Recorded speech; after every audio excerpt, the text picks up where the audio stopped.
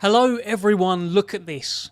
Don't even talk to me about consistency. I'm in a hotel, right? And look at this. I've brought the camera. I've brought the mic. I've got it set up on a little stand. I feel like a member of Westlife. I feel like I'm going to get up for the key change, and just, bang out a bit of Flying Without Wings. It's not why I'm doing this video. I'm not here to sing to you. I am here to talk about Nathaniel Collins against Cristobal Llorente. I am in Scotland. It is fight week. We've just had the press conference like a couple of hours ago, back at the hotel now. And I'll tell you what, I am excited for this one. Collins versus Llorente 2. If you've seen the first fight, if you know, you know. A 12-round thriller. There were like nearly 1,300 punches thrown in the fight. Collins thought he won at the end. Llorente thought he won. Both were adamant that they won. One judge had it for Llorente, one judge had it for Collins, and one had it a draw. And that means it was a draw, and we got to run it back. Now, what was interesting about the first fight is that Collins, he was kind of having it all his own way. It was like his homecoming. It was at the OVO Arena. The show was called The Next King of Scotland. Josh Taylor had recently retired, and Scottish boxing was like, who is it? Who's the guy? And up stepped Nathaniel Collins, unbeaten featherweight sensation, in a world title eliminator, a European title fight. And the whole idea was, okay, show us that you are the next King of Scotland. All the interviews, all the press conference. Sorry, that was largely me pushing the narrative as well. But a lot of the talk was how this is going to be the guy to take Scottish boxing forward.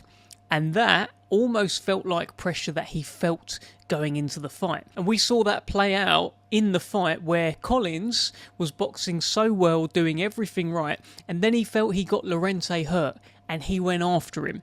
And basically, he couldn't get him out of there. He was winning the fight, probably 5-1, 6-0 at that point. He was doing so brilliantly. But he went for the finish. When the finish wasn't there, Llorente came back, found his momentum, found his way back into the fight, and essentially it led to a draw at the end. And Collins was frustrated with himself because he felt if he'd have just carried on as he was, without trying to jump in and empty the tank, so to speak, on a finish, he'd have just got the job done. Now he's had this bump in the road. I mean, he said at the time that he considered the draw almost like a loss. Thankfully, it wasn't a loss, and he gets the chance now to, he's still unbeaten, and now he gets the chance to get back on track. Now, the winner is, it's a final eliminator for the WBC featherweight title, so the winner, in theory, should have Bruce Carrington very, very soon. Carrington, of course, the unbeaten, brilliant American. So, yeah, at the press conference today, it's hard anyway, because obviously Llorente don't speak a word of English, and his translator is Sandor Martin. Sandor Martin, the boxer, the Spanish-speaking boxer. So they're sort of... English isn't the first language for either man, and it's difficult to sort of get anything going between them. Everything Llorente does say seems okay, says some decent stuff, but you can't build a back and forth with them, unfortunately. It's like... He might say something like, oh, Nathaniel, you haven't got a big heart. And then you go to Nathaniel and it's like, it's taken 10 minutes to get back to him because he's, have to get it translated. So yeah, it's hard to build anything that way. But one key thing was said. Nathaniel Collins says that this will be round 1 of a new fight. That's how he is seeing it. A new disciplined fight. And Cristobal Llorente is saying it's going to be round 13. And what he means by that is that he was on the ascendancy. He built momentum, and he's going to continue that momentum going into the first part, or just going into this fight. So it's a brilliant, fascinating fight. If it's half as good as the first fight, then we are in for a treat. I think, personally, we're going to get a very, very disciplined Nathaniel Collins performance in there, and I think he's got a separate fight that he's got to have where if he gets Llorente going, the Hydro, they're going to be going mad. They're going to be like, go on, knock him out kind of thing. And he's got to sort of be like, I hear you, but I can't do that because he's pretty tough, he's quite durable, and I don't want to empty the tank trying to knock him out. So are you all right if I just carry on punching his head in? That's essentially the conversation that Nathaniel Collins might end up having with the crowd on Friday night. Do you know what else it's Collins is he has a baby due this week. It's not ideal, is it? I mean, it could be fantastic for, you know, for Saturday after he's won and he's got a new belt, or he's got a new position, and he can, you know, hopefully the baby comes after that. But the baby is due this week. That's a lot to take on, a lot to deal with. However, he says that he feels light. He feels free. He doesn't feel the same pressure that he felt going into the first fight. So, yeah, I mean, in theory, it shouldn't be a factor if that's what he's saying. But, you know, it's a lot to take on. Imagine that your partner's just about to give birth and you're about to have a fight with someone. It is a lot. On the Llorente side, look, I'm a fan of this Spanish warrior. He's unbeaten, right? And he's got like 3 draws on his record. No one seems to be able to just do enough to beat him. Obviously never been stopped because he's unbeaten, but no one's been able to just do a conclusive enough job to say, I have beaten you tonight, Cristobal Llorente, and all of these judges agree with me. Maybe Nathaniel can do the job on Friday night. The fight for me, though, do you know what? It's, look, maybe I'm a weirdo. Maybe I am a weirdo, okay, but when fights like this get made, when I see the posters come out, when I see Fighter A, Fighter B, date, venue, channel, I start making noises. Yeah, I'm like, ooh. That is a good one. Ooh, you know, I start making noises, okay? And that is what I've done for this fight. Aston Brown against Sam Gilley. I love the story. I love Aston Brown's story. I love Sam Gilley's story. Aston Brown went to the Commonwealth Games. He was a brilliant decorated amateur. He was a teammate with Josh Taylor. So much was expected of Aston Brown. But he got injured in one of his early fights, and it looked like his career might be over. And then he lost his way. And I mean properly lost his way. I'm talking to the very bottom, to the depths of hell. Jail, addiction, alcohol, everything that could go wrong did go wrong for Aston Brown, but he has turned it around big time. He identifies as an addict. I've never met anyone who has told me that. He identifies as an addict. It is a daily fight. He has people around him that help him be the best version of himself. I had a brilliant chat with him pre-press conference today, where he talks about the influence of his partner and his family, and how much they've helped him, and how he's living the dream life right now. And that dream life for him is just walking the dog, bit of family time, training and fighting.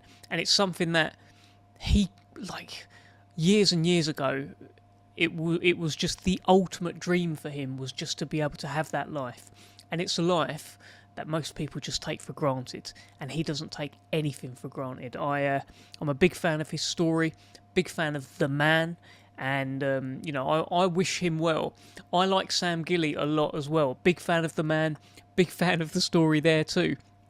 I mean, his head's been kind of all over the place the last few years.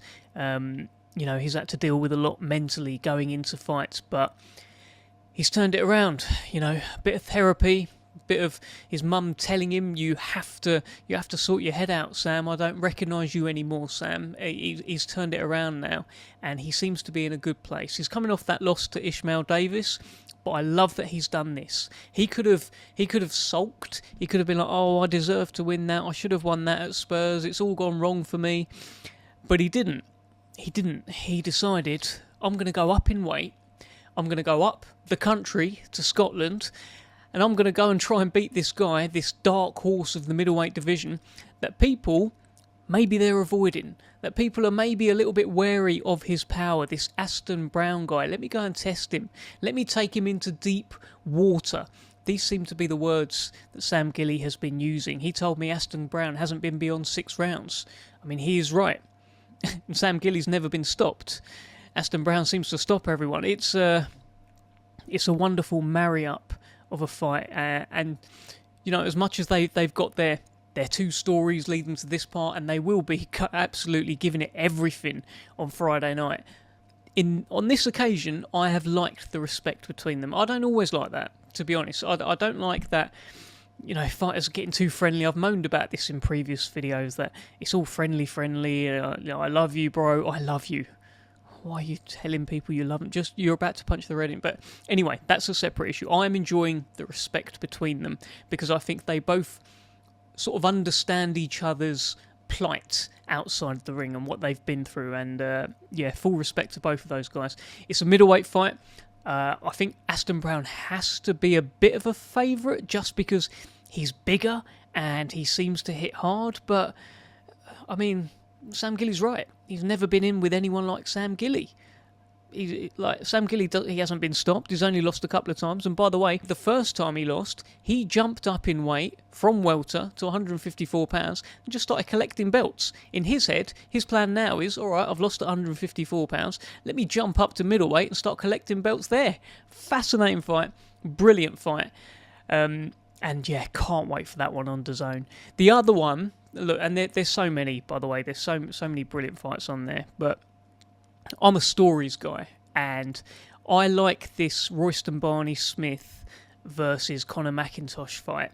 Royston Barney Smith is an elite prospect who is about to now become a contender. He's challenging for the British and Commonwealth titles. As an amateur, brilliant. Just a golden boy. European amateur champion. Signed up with Frank Warren and Queensberry at 18 years old. He really had the treatment, launch promos, all of that kind of stuff. And, you know, he's obviously one of Frank's favourites. He's a bit of a golden boy, the sugar boy. Conor Mcintosh is a full-time dad. He works full-time as well as being a full-time dad. Heading into this week, whereas Royston, in theory, has been fully focused on the fight, Conor Mcintosh is doing school runs. And I just love that this sport can bring together just people with various stories, various things going on, where ultimately, when that first bell rings, none of that stuff matters. For that period, everyone's equal, because anything can happen in that ring. And boxing is the ultimate kind of truth teller. It's the ultimate, what are you about as a man or as a woman? You know, it's that kind of sport. And, you know, Conor Mcintosh has been dreaming of becoming British champion. He says it's his dream. Royston Barney Smith, British championship is not his dream. It's a step along the way. His plan is to become a multi-weight, multi-time world champion, not just British champion. Could it be a factor in the fight that does one guy want it more? I don't know. Royston Barney Smith, he wants this a lot as well. He knows that he knows that he needs to win these fights, keep winning these fights to achieve his dream. He can't be losing at British and Commonwealth title level to Conor Mcintosh. That wouldn't be part of the plan. So both guys are going to want it. And yeah, let's see. Final one. Do you know what was fun today at the press conference? The first one that we had Alex Arthur's two boys. So we had Alex Arthur Jr. and Machlan Arthur up there. I was hoping we'd have got Alex Arthur Sr. up there as well, but it didn't happen for whatever reason. But we got the two boys together, and they were great fun. I think we're going to have so much fun with them up in Scotland. Like, there's obviously good relationship between them, good banter between them as well. And the future of the Arthur name is in very safe hands. Machlan Arthur told a story about how his dad took all the boys, there's a middle son as well, he took all the boys out to the garden and essentially tested their mettle. And Machlan was the one who started fighting back, who didn't enjoy getting a little clip and started fighting back. And since 3 years old, apparently, he has just been fighting and fighting and fighting. I remember it was around a year ago when Alex Arthur Jr. made his debut, and I spoke to him and his dad, and obviously his dad's very proud, but he told me on that day, I've got another one, by the way, Dev, I've got another one coming through, young Machlan, don't you worry about that, he will be next. And Machlan has done plenty as an amateur. Machlan has been wanting this since young. This is just the next step in his journey. Pro debut, 19 years old, seems to be an elite kind of super talent, and looking forward to seeing him and Alex Arthur Jr. on Friday, along with all the other boys on there. Marcus Sutherland, by the way, that one should be interesting. Marcus Sutherland's like this little mini Scottish version of Nick Ball. I mean, it's just a lazy comparison. He just sort of fights a bit like him. And he's short and stocky, but he's in a step up. He's in against an unbeaten fighter, Celtic title on the line. Let's see if he can get the job done, continue his momentum. Yeah, I think that's me. That's my little preview. I might do another one tomorrow after the weigh-in. But yeah, make sure you tune in Friday night on DAZN.